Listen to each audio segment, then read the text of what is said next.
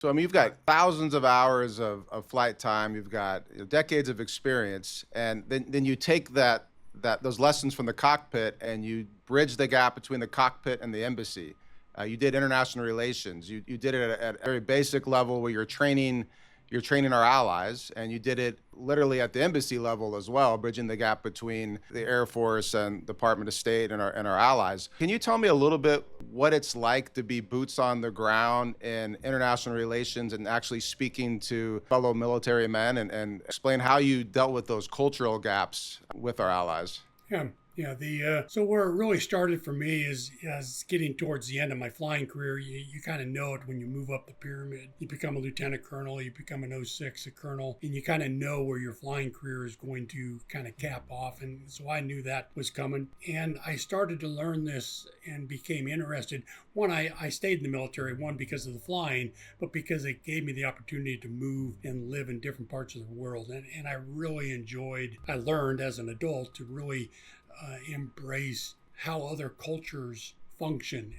They're different. It's not wrong. It's not right necessarily. It's just different. And I like to absorb that. So I learned it first in Korea, going back and forth to Europe. I really enjoyed Europe quite a bit. But really, the work that I did in Egypt while I was flying there and teaching the Egyptians how to fly F-16s, it was more politics at play. Egypt builds access for the United States into the region and is a very critical ally for the United States for that reason. And so my work there was oftentimes out of the embassy in Cairo, right off of Tahrir Square, which you've seen, the news. Tahrir Square is where a lot of the Muslim Brotherhood or the different parts of the world have come together to protest or to show force. Very critical center of mass in Egypt. And so I started learning from there of how important these politics are. And I would talk to the Egyptian generals, commanders, and that taught me as a commander that the flying, yeah, it's important,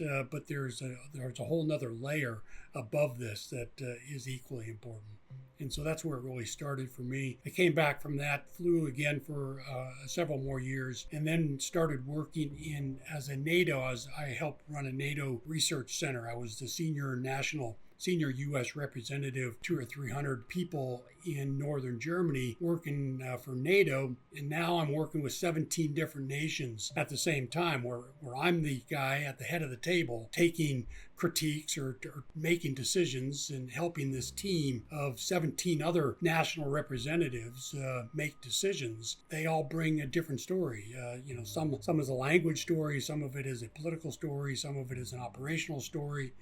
But they all have different wants, needs, and desires as you work yourself through that. And so sitting at a table with 17 other countries represented and trying to make decisions and satisfy and come to an optimal solution, it's not an easy task. And so you work your way through that problem. And that was 3 years of my life, which were fantastic to be able to do that. That job brought me back to the United States very briefly, to then be accepted to be a U.S. diplomat. So my role in NATO, I was not a U.S. diplomat, I was just a military colonel, but that one led me to be selected as a U.S. diplomat to go back and work in the Defense Attaché office out of Berlin. And now you're working with, 20, 30 different nations, friend and foe, if you want to call it that, but you work with everybody. And now it's a collection of trying to talk to people and figure out why certain nations want to do certain things. In my tenure at the U.S. Embassy, another 3 years at the U.S. Embassy in Berlin. We went through many different aspects of disease and different operations in Africa. The whole migrant out of Syria was flowing to the north and dealing with how does that affect politics, how does that affect operations. And you're now talking with your French counterparts, your British counterparts, sometimes the Russian counterparts, sometimes it's the Lithuanian or the Latvian counterparts. It could be the Baltics, it could be Croatia, it could be, Belarus. It doesn't matter who you're talking to. You need to understand their perspective and then help you make decisions as to where you go next from your own perspective, from your own leadership chain. And then we're also helping to put people together, so we bring generals over to have conversations.